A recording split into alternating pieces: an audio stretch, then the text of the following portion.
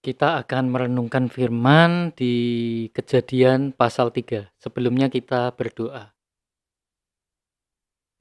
Bapa, berikan kami hikmat untuk bisa mengerti firman-Mu dari apa yang kami baca.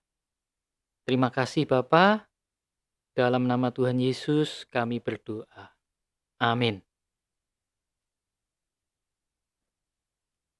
Saya, Evangelis Agus Haryanto, akan menemani Bapak Ibu Saudara untuk merenungkan Alkitab sehari satu pasal. Jadi setiap hari kita baca satu pasal. Sekarang kita membaca dan merenungkan di Kejadian pasal 3.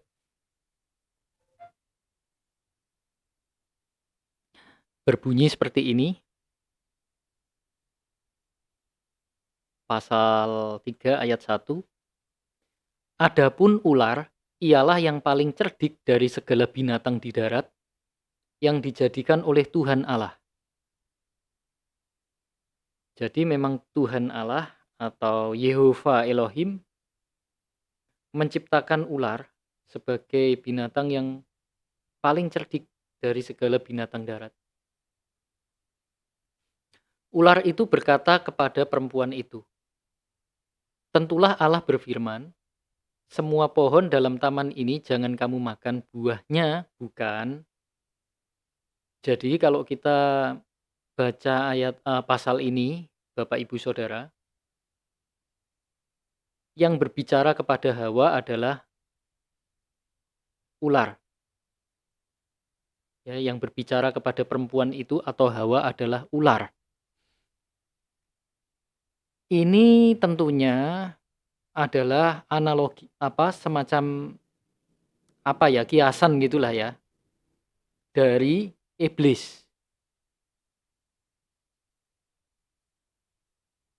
Jadi bukan binatang bisa bicara, mungkin tidak seperti itu ya. Jadi ini adalah kiasan yang menggambarkan bahwa iblislah yang menipu Hawa. Dan iblis ini adalah oknum yang cerdik. Nah, perlu digarisbawahi itu. Jadi kenapa disebut ular adalah yang paling cerdik? Jadi maksudnya adalah iblis ini oknum yang cerdik dan bisa menipu Hawa. Oke, dan ular itu yang menganalogikan iblis atau kiasan dari iblis berkata seperti ini. Tentulah Allah berfirman, semua pohon dalam taman ini jangan kamu makan buahnya, bukan? Nah, ini kan tidak benar. Padahal Tuhan berkata, semua pohon boleh dimakan, kecuali ada yang tidak boleh dimakan, yaitu pohon pengetahuan yang baik dan yang jahat. Ini kayaknya pertanyaan bodoh ya. Semua pohon dalam taman ini jangan kamu makan buahnya, bukan? Ini kan seakan-akan pertanyaan bodoh. Tapi ini membuat Hawa menjawab.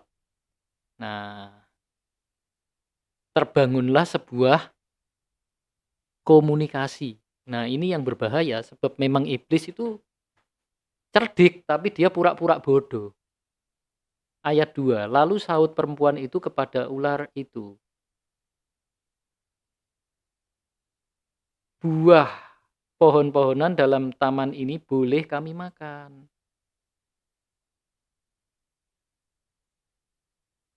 Tetapi tentang buah pohon yang ada di tengah-tengah taman, Allah berfirman, jangan kamu makan ataupun raba buah itu, nanti kamu mati. Nah, Bapak Ibu Saudara bisa cek nanti apakah benar perkataan Allah itu seperti itu. Kalau kita cek perkataannya tidak seperti itu. Artinya Hawa tidak terlalu menguasai apa yang dikatakan oleh Allah. Kata raba ini tidak ada. Jadi tidak ada larangan meraba, itu tidak ada. Tapi ya itu ditambahin gitu ya. Jangan makan ya. Dimodifikasi oleh Hawa. Ayat 4. Tetapi ular itu berkata kepada perempuan itu, sekali-kali kamu tidak akan mati. Wah, ini malah mau meng-counter Tuhan, iblis ini. Mau mengatakan bahwa Tuhan itu tidak benar, tapi tentunya dengan alasan yang bisa membuat Hawa mempercayainya. Tetapi Allah mengetahui bahwa pada waktu kamu memakannya, matamu akan terbuka dan kamu akan menjadi seperti Allah, tahu tentang yang baik dan yang jahat. Yang dikatakan iblis ini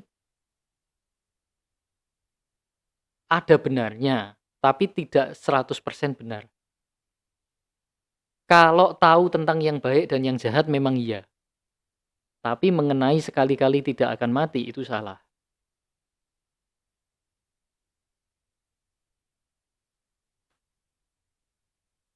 Dikatakan di sini dan kamu akan menjadi seperti Allah. Oh, tentu tidak ya. Sebab Hawa malah melanggar perintah Allah. Untuk menjadi seperti Allah tentunya hidup dengan menyenangkan hati Allah. Hidup dengan cara berpikir dan berperasaan seperti Allah. Akhirnya nanti tahu yang baik dan yang jahat, tapi bukan dengan cara yang dilarang oleh Allah. Memang akhirnya pasti manusia tahu yang baik dan yang jahat dengan pertumbuhan mentalnya, pertumbuhan rohaninya. Tapi bukan dengan cara melawan Allah. Kalau melawan Allah, akhirnya tahu baik dan jahat itu bukan tahu dan baik jahat versi Allah, tapi versi iblis. Dan justru itu menyesatkan manusia.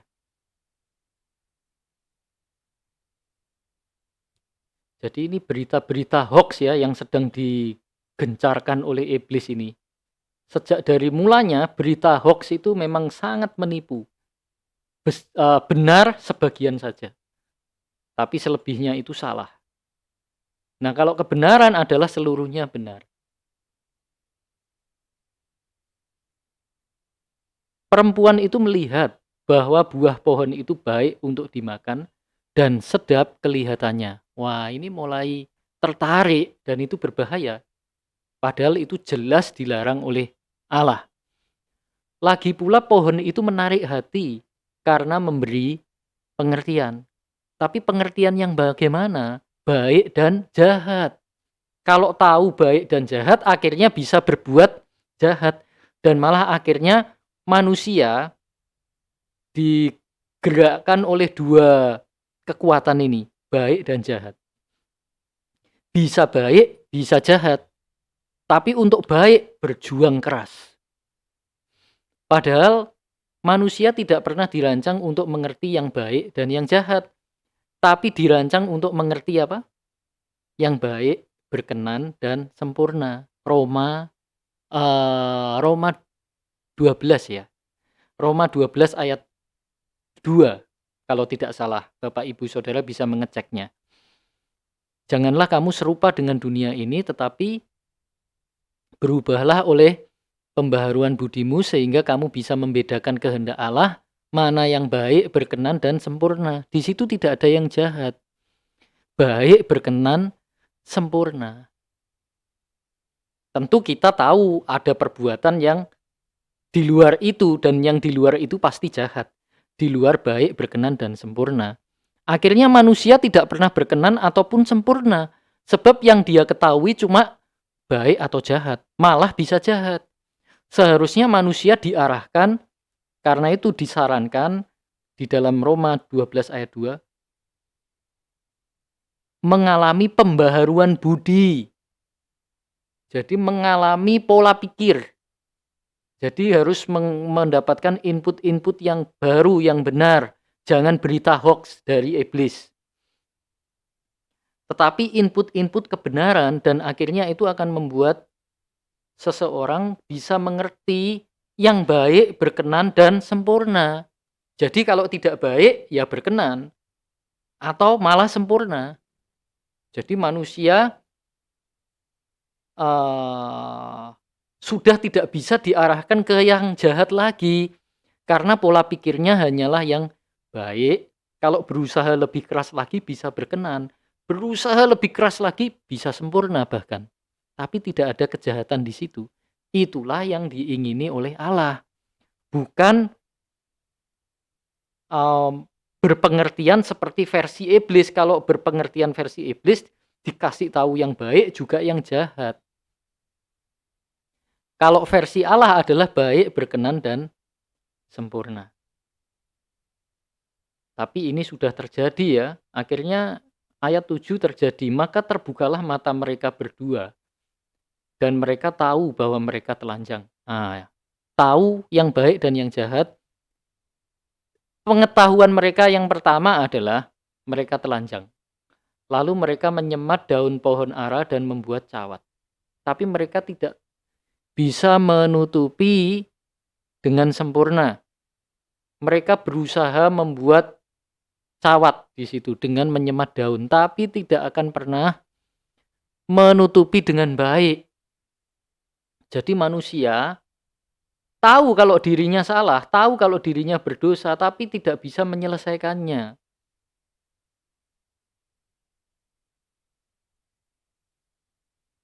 Ya, kita lanjutkan ya ayat 8.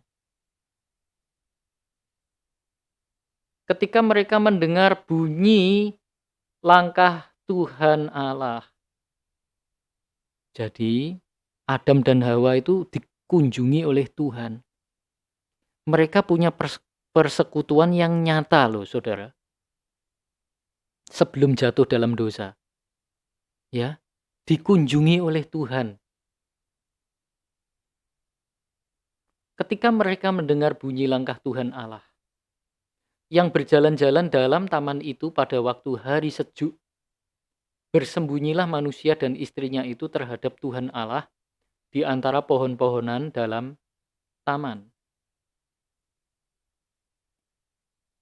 Tetapi Tuhan Allah memanggil manusia itu dan berfirman kepadanya, "Di manakah engkau?" Ini bukan berarti Allah tidak tahu. Tapi Allah ingin menyadarkan Adam dan Hawa tentang keadaan mereka yang sudah berdosa. Tetapi Tuhan Allah memanggil manusia itu dan berfirman kepadanya, "Di manakah engkau?" Lalu ayat 10, ia menjawab, "Ketika aku mendengar bahwa engkau ada dalam taman ini, aku menjadi takut karena aku telanjang. Sebab itu aku bersembunyi."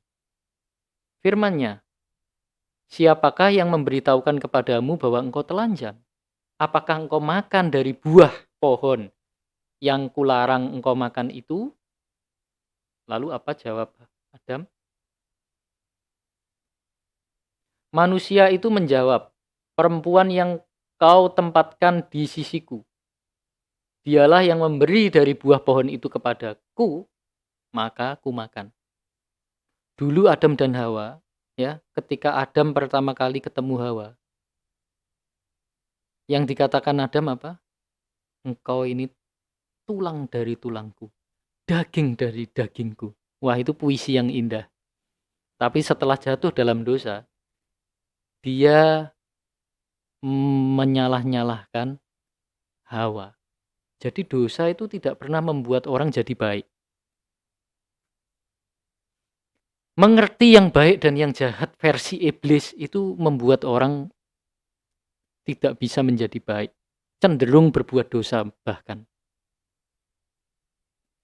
Kemudian berfirmanlah Tuhan Allah kepada perempuan itu, "Apakah yang telah kau perbuat ini?"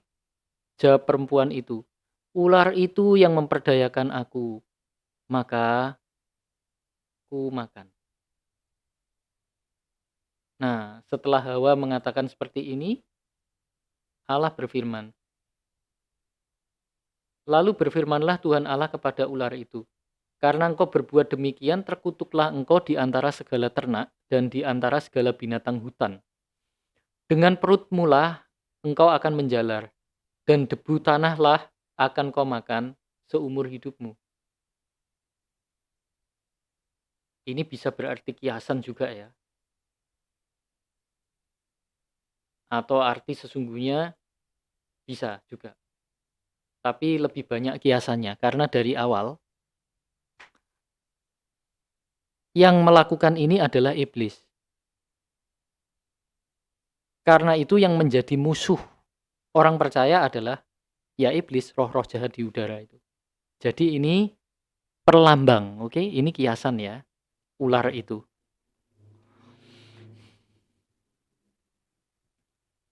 Aku akan mengadakan permusuhan antara engkau dan perempuan ini. Ini kan perkataan ini kepada ular. Ya, aku akan mengadakan permusuhan antara engkau dan perempuan ini.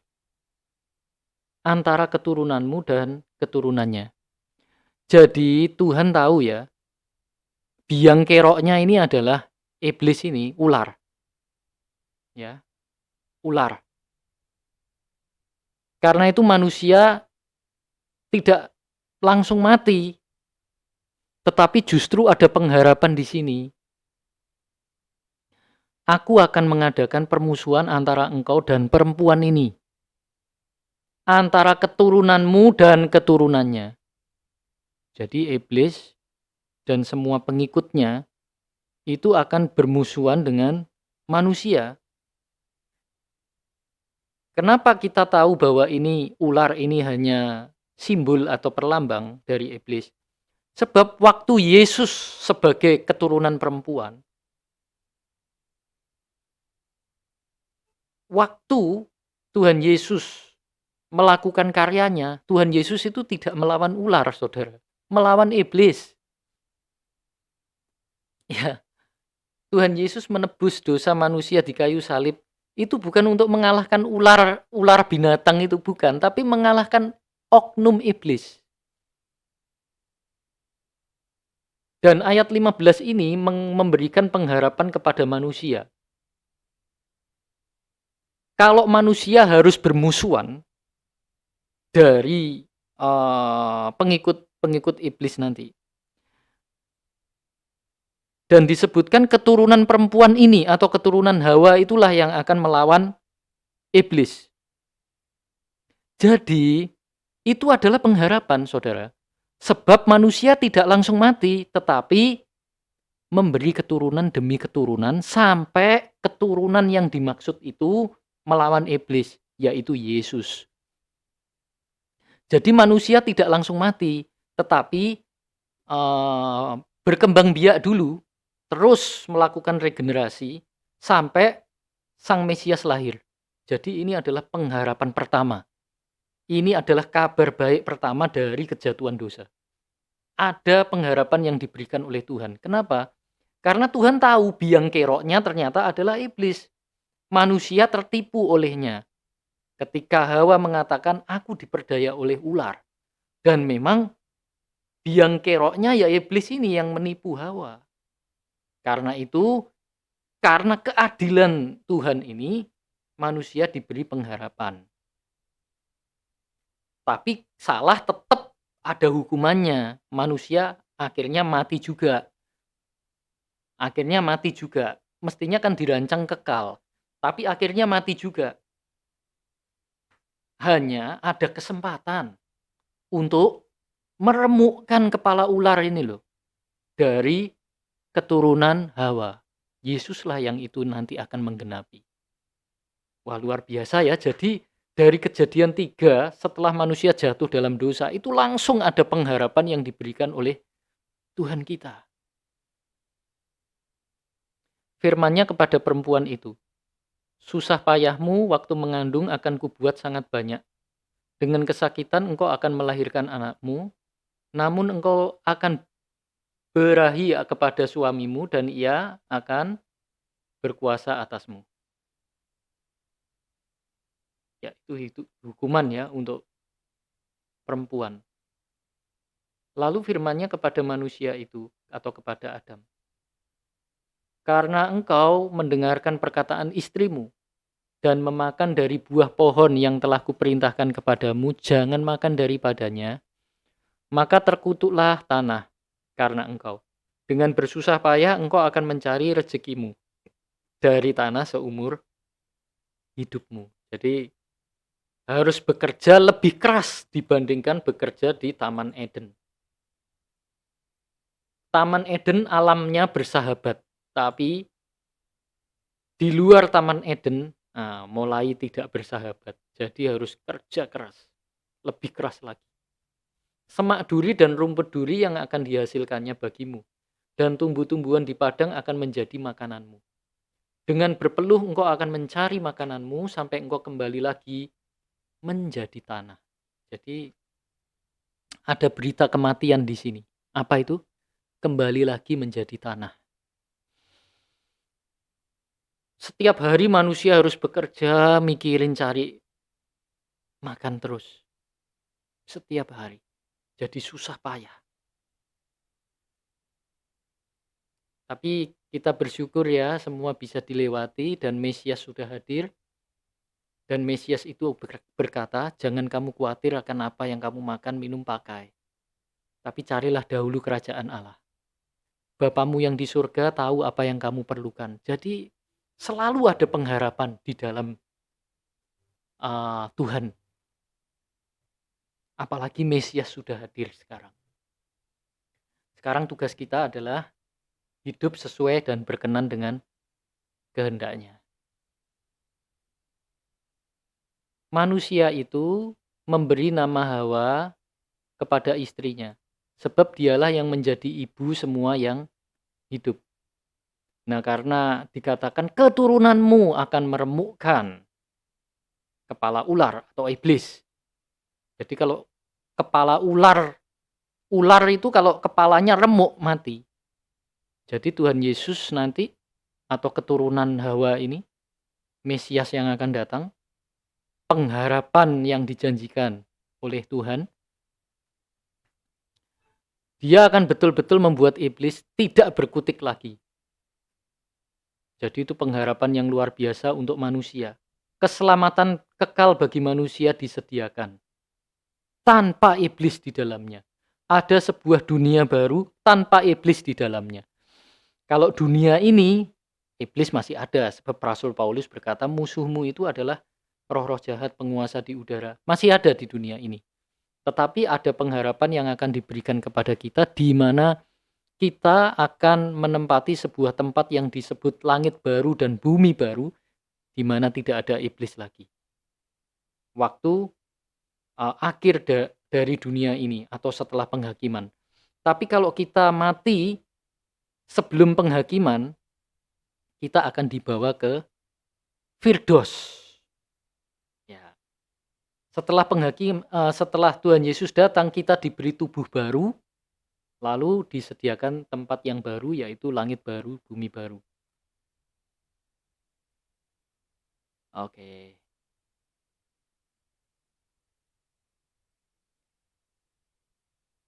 Oke, ini dan Tuhan Allah, ayat 21 ya, dan Tuhan Allah membuat pakaian dari kulit binatang untuk manusia dan untuk istrinya itu, lalu mengenakannya kepada mereka. Manusia tidak akan pernah bisa menyelesaikan masalahnya dengan baik. Waktu telanjang membuat cawat dari daun ara, nggak bisa nutupi dengan sempurna. Maka Allah turun tangan membuatkan pakaian dari kulit binatang. Artinya binatang itu mulai dikorbankan. Saat itulah ada korban. Untuk menutupi ketelanjangan manusia. Dan sejak saat itu selalu ada korban dalam ibadah ritual orang Israel sebagai bangsa pilihan. Dan akhirnya korban yang paling sempurna adalah Yesus Kristus.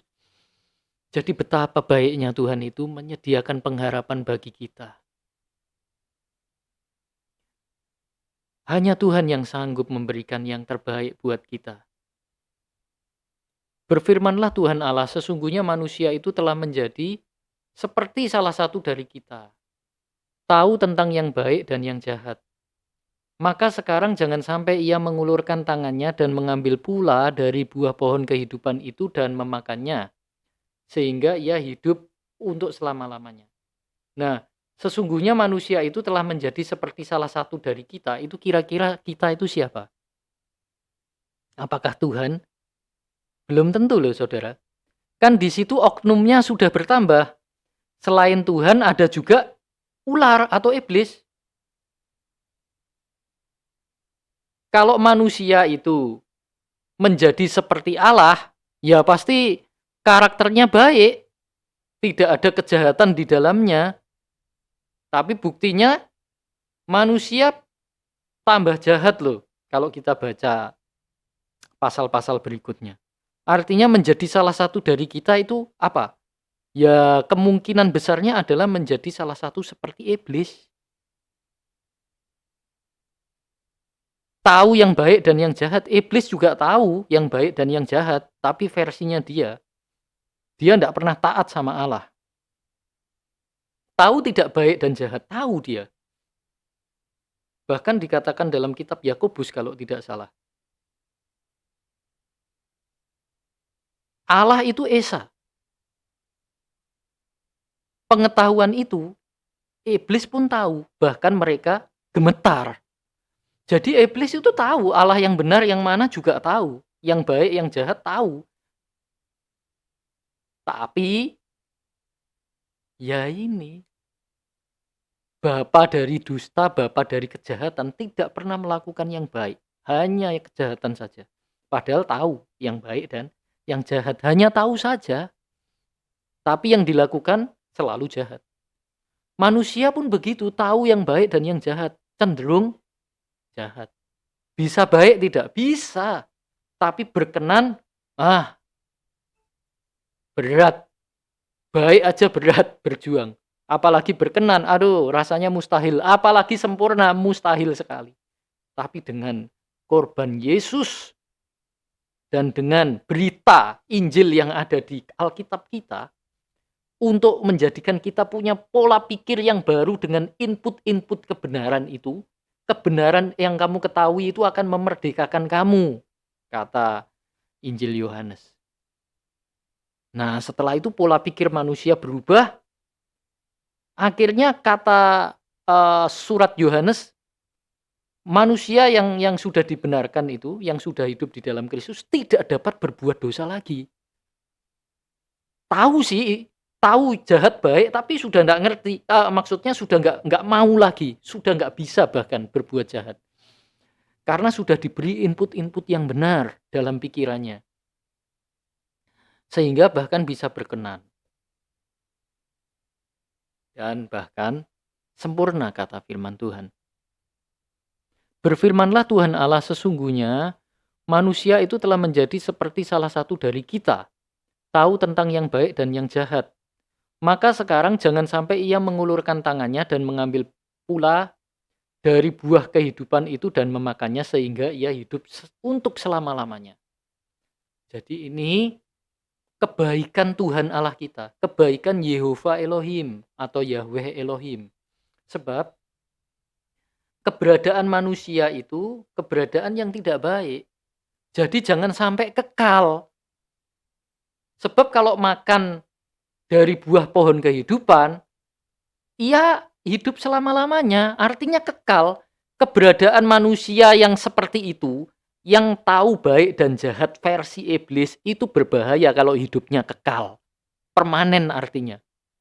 Gak bisa berubah lagi. Itu sangat berbahaya. Lama-lama bisa jadi seperti iblis. Justru itulah kematian harus ada.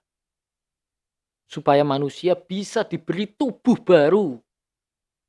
Yang tidak ada sangkut pautnya dengan dunia yang sudah dikutuk ini. Ya kan? Jadi ini kebaikan Tuhan. Solusi justru ini yang diberikan oleh Tuhan. Kematian itu adalah solusi supaya manusia tidak kekal. Akhirnya manusia dengan kematian itu kan dia tubuhnya merosot, merosot, merosot. Akhirnya sadar aku ini lemah, rentan, perlu Tuhan. Dan Tuhan selalu membuka tangannya kalau orang berkata, aku perlu Engkau Tuhan, aku butuh keselamatan dari Engkau. Tuhan akan turun tangan kepada manusia yang seperti ini. Sebab Tuhan akan menolong orang yang meminta pertolongan darinya. Tapi Tuhan tetap tegas loh saudara. Ini saudara. Lalu Tuhan Allah mengusir dia. Tapi tetap diberi harapan ini loh. Hukuman tetap jalan, tapi harapannya juga dibuat, pengharapannya juga diciptakan gitu, ada pengharapan bagimu, diberi jalan, tapi salah tetap salah, itulah Tuhan kita. Adil, tetapi di dalam keadilannya tuh ada kasih yang sempurna. Lalu Tuhan Allah mengusir dia dari Taman Eden supaya ia mengusahakan tanah dari mana ia diambil. Ia menghalau manusia itu, dan di sebelah timur Taman Eden ditempatkan nyala beberapa kerup dengan, ini maksudnya mungkin ditempatkan nyala gitu ya. Beberapa kerup dengan pedang yang bernyala-nyala dan menyambar-nyambar untuk menjaga jalan ke pohon kehidupan. Jadi pohon kehidupan ini benar-benar dijaga jangan sampai manusia memakannya. Karena kejahatannya akan permanen nanti. Pengetahuannya yang baik dan yang jahat itu akan permanen. Padahal maksud Allah adalah mengerti yang baik, berkenan, dan sempurna.